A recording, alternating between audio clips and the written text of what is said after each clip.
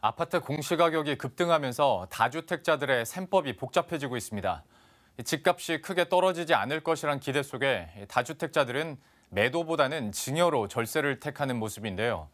하지만 무작정 증여했다가는 취득세 및 증여세가 보유세보다 더 많아질 수 있어 유의해야 합니다. 이지한 기자의 보도입니다.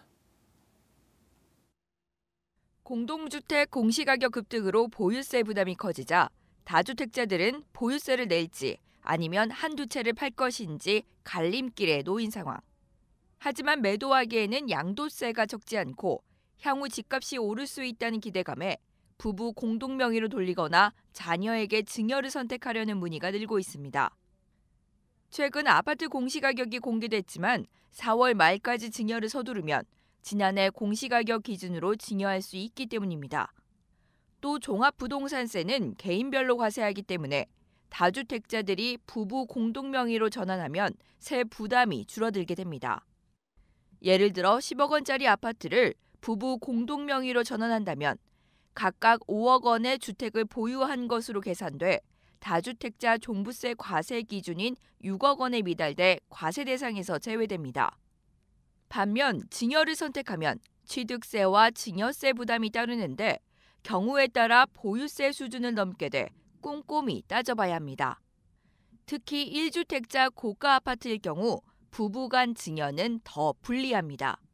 예를 들어 16억 원의 고가 아파트를 단독 명의로 할 경우 4년간 보유세는 3,200만 원 수준인데 부부 공동 명의로 할 경우 보유세와 취득세, 증여세까지 더해 총 1억 7,800만 원까지 세부담이 늘어나게 됩니다.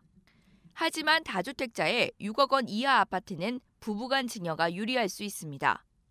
15억 원대 아파트에 살고 있는 다주택자가 6억 원 규모의 아파트를 부부간 증여할 경우 4년간 세부담은 단독 소유일 경우 7,800만 원에서 6,550만 원으로 줄어들게 됩니다. 보유세 부담은 줄일 수 있지만 증여세나 취득세 부담이 생기기 때문에 실제로는 절세 효과보다는 실제로 세금을 더 많이 납부하는 경우들이 훨씬 더 많습니다. 따라서 장기적으로 계획하고 있던 증여가 아니라고 하면 단순 보유세 절감 때문에 증여를 하시는 것은 바람직하지는 않은 것 같습니다. 세부담을 피하기 위해 무작정 증여를 선택했다가는 세금 폭탄을 맞을 수 있어 득실을 꼼꼼히 따져봐야 한다고 전문가들은 조언하고 있습니다. 머니투데이 방송 이지안입니다.